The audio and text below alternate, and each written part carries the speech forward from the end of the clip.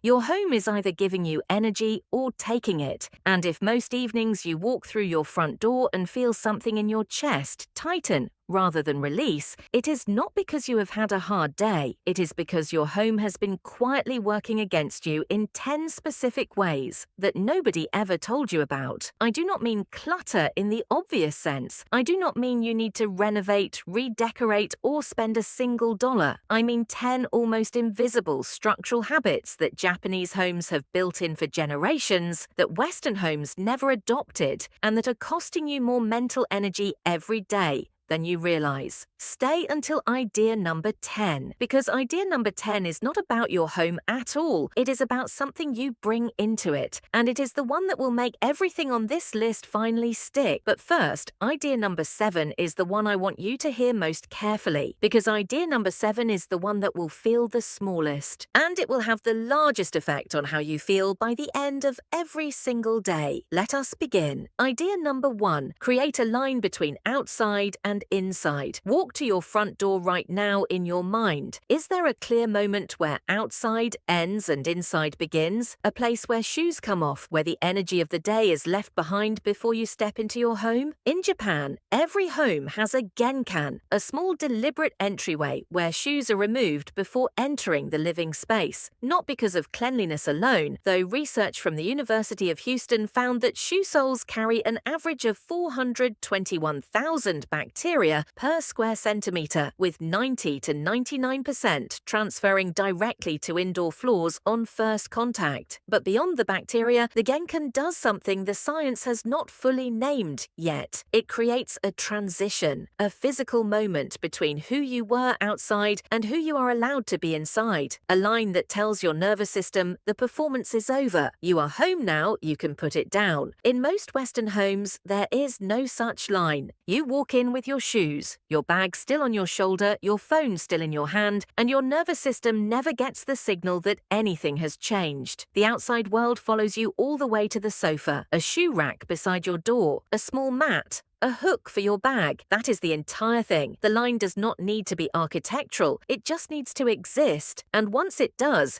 you will feel the difference every single evening you cross it. Idea number 2, give every object exactly one home, not a general area, not somewhere around there, one specific spot, the same drawer, the same hook, the same shelf corner, every time. Without exception, Japanese home organization, influenced by decades of small space living, operates on one foundational principle. An object without a home does not live in your house. It haunts it. Every time you see it in the wrong place, your brain registers an open loop. Psychologists call this the Zeigarnik effect. The brain fixates on incomplete tasks, on things out of place, on unresolved visual information far more intensely than on things that are settled. A pile of miscellaneous items on a counter is not neutral background. It is your brain running a search process in the background all day, consuming the same cognitive resource you need for focus, patience, and calm. Decision fatigue research from Columbia and Stanford has consistently shown that the small, repeated choices, where does this go, where did I put that, what do I do with this, drain the same mental resource as major decisions. Remove dozens of them daily by giving every object one permanent home, and the quiet that returns to your mind is measurable. Pick one drawer this week, just one. Give everything in it a specific home. Notice what happens to how that drawer feels to open. Then do the next one. Idea number 3. Leave some space empty on purpose. Look at the surfaces in your home. Your kitchen counter, your bathroom shelf,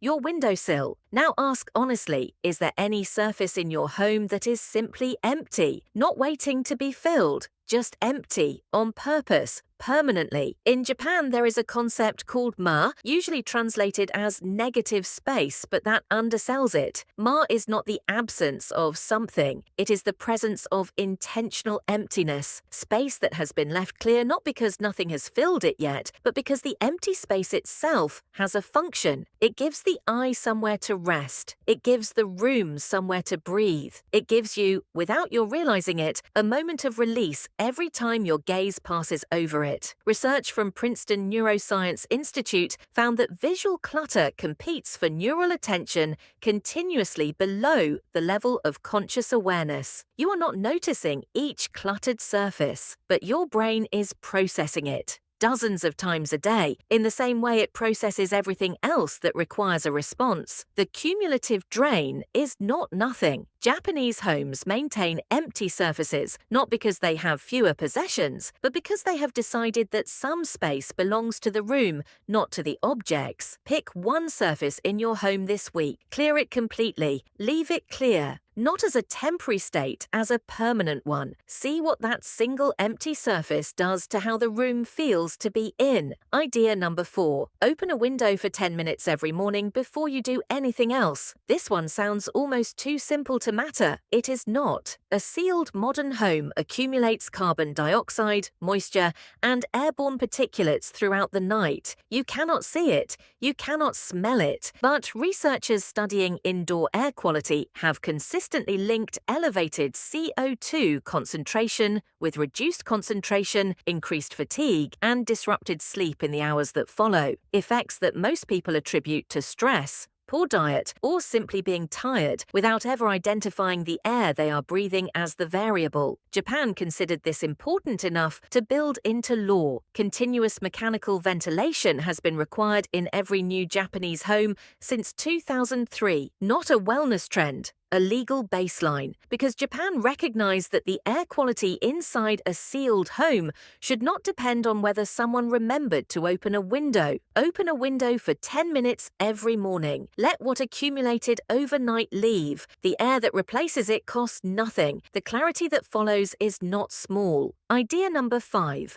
Clear and dry every surface around water in your home. Every day. Your kitchen sink area, your bathroom counter, the space around your bathroom faucet. Stop and think about what those spaces look like right now. In Japan, there is a concept called mizumawari, the spaces around water. These areas are treated as a direct reflection of the state of the mind of the person living there. Damp surfaces, cluttered counters near faucets, objects left around the sink are believed to create stagnant energy, not just in the room, but in the person. The neuroscience arrives at the same conclusion differently. Research from Princeton found that visual disorder in spaces we pass through repeatedly creates micro-activations of the stress response, tiny cortisol hits below conscious awareness, dozens of times a day. Water areas are among the most frequently used spaces in any home. The cumulative effect of disorder there is disproportionate to the size of the clutter. The practice is 4 seconds. A small cloth near every faucet. Wipe the surface after every use. Keep it dry and clear. The subconscious tab that has been running in the background every time you walked past closes. What returns in its place is quieter than you expect. Idea number 6. Change your lighting at a specific time every evening. Not the light for sleeping, the light for transitioning. The Japanese concept of evening, influenced by centuries of paper-screened rooms that soften and diffuse natural light, treats the change in lighting as a signal, a cue to the nervous system that the doing part of the day is ending and the recovering part is beginning. Research from Harvard Medical School on melatonin and light exposure found that bright overhead lighting, particularly light with blue spectrum frequencies, like most modern LED bulbs, delays melatonin onset by up to 3 hours when exposure continues into the evening. You cannot fall asleep easily at 10 if your nervous system has been receiving a bright afternoon signal until 9:45. At a specific time every evening, your time, consistent and deliberate, switch off overhead lights. Use lamps, candles, warmer tones. The transition does not need to be dramatic. It needs to be consistent. Your nervous system learns from repetition. The same shift in light at the same time every evening becomes a conditioned cue. Within 2 to 3 weeks, your body begins preparing for rest before you have even made a conscious decision to wind down. That transition was always available to you. You simply never told your home to make it. And now, idea number 7, the one I told you to to wait for, the one that will feel the smallest and have the largest effect. Every time you leave a room, take one thing with you that does not belong there. That is the entire idea. One thing. Every time, without exception. Here is what this does over the course of a day. In a home where this habit exists, objects migrate back to their homes constantly, throughout the day, without any dedicated cleaning time, without any effort greater than noticing. The pile that would have built up over a week never forms. The Sunday afternoon spent restoring order never arrives, because order never significantly departed. But here is the deeper effect. This habit trains something in the nervous system that most Western homes never train: the expectation of ease. When a home maintains itself, when it consistently looks roughly the way you left it at its best, you stop bracing for the visual impact of returning to it. You stop experiencing the low-grade dread that builds when you know a home is waiting with accumulated disorder. The door becomes a relief instead of a reminder. One thing every time you leave a room. Start tonight and notice within a week what your home starts to feel like to come back to. Idea number 8. Release the things that belong to a version of you that no longer exists. Go to your wardrobe in your mind, your kitchen, your bathroom cabinet. Now ask a different question than the usual one. Not do I use this, but does this belong to the life I am actually living today? In Japan, there is a practice called danshari, letting go, not as a one-time event, but as an ongoing willingness to release objects that were right for a previous version of your life and are no longer right for this one. The clothes from a different decade, the kitchen equipment bought for recipes you never made, the products purchased for habits that never formed. These objects are not neutral. Every morning when you open a drawer and see them, they speak. They say you are behind. You are not who you plan to be. You are still carrying things that belong to a life that did not happen. That is not a minor message to start a day with. Pick one category this week, not your whole home, one category. Ask which items belong to your life today. Release the ones that do not. What returns to the space they occupied is not emptiness. It is room for who you actually are. Idea number 9. Reset 3 visible surfaces every evening. 3 minutes before anything else. Not a full tidy, not a clean. 3 surfaces, the ones you see most when you walk through your home. Counter wiped, cushions straightened, table cleared. 3 minutes every evening before screens or dinner. The same 3 every time. Here is what those 3 minutes are doing. A home that resets every day never accumulates the disorder that requires a full weekend to undo. The dread that builds around an overwhelming home does not come from any single mess. It comes from accumulation, the slow layering of small things left undone day after day, until the entire space starts to feel like a problem to manage rather than a place to rest. Research on what psychologists call background stress, the low-grade tension produced by environments we experience as disordered or unresolved, has found that it compounds across the day in ways that are out of proportion to the visible mess. 3 minutes every evening closes the loop before it can open. No Saturday disappearing into catching up. No morning where you walk in and feel your chest tighten before you have done a single thing. 3 surfaces, 3 minutes, every evening. That is the entire practice. And now, idea number 10. The one I told you was not about your home at all. It is about what you bring into it. Every evening when you walk through your door, you bring your home something it cannot return. The quality of your nervous system, the state of your attention, the emotional residue of everything that happened before you crossed the threshold. A Japanese home can have a Genkan and clear surfaces,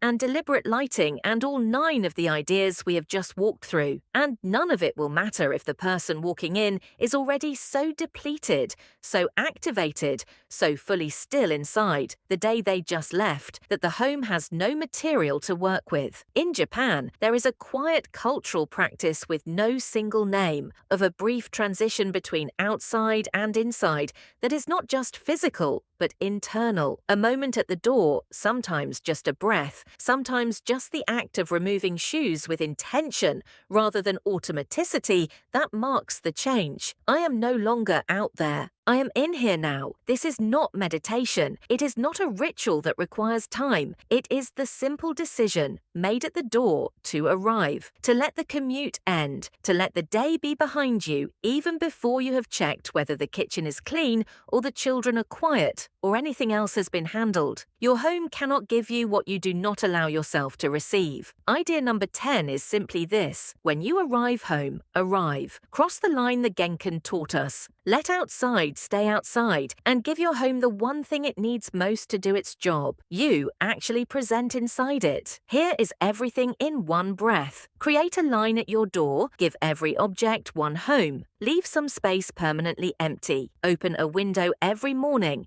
Clear and dry the spaces around water. Change your lighting at the same time every evening. Take one thing with you every time you leave a room. Release what belongs to a version of you that no longer exists. Reset 3 surfaces every evening in 3 minutes. And when you arrive home, actually arrive. 10 ideas. None of them cost money. Every one of them can begin today, in the home you already have, in the life you are already living. Your home does not need to be rebuilt. It needs 10 quiet corrections that most of the world has simply never been given. Now I want to hear from you. Before you close this, look at this list and tell me in the comments which one of these 10 is the one your home has been missing most, not the one that surprised you most. The one that, if you are honest, you have known for a long time should be different. Name the number, because naming it is the first step toward actually doing it. And if this opens something in the way you see your home, share it with one woman in your life whose home you have been inside and quietly thought she deserves to feel better in this space than she does. She may be 10 small ideas away from a home that actually gives back. Take care of yourselves. We will see you in the next one.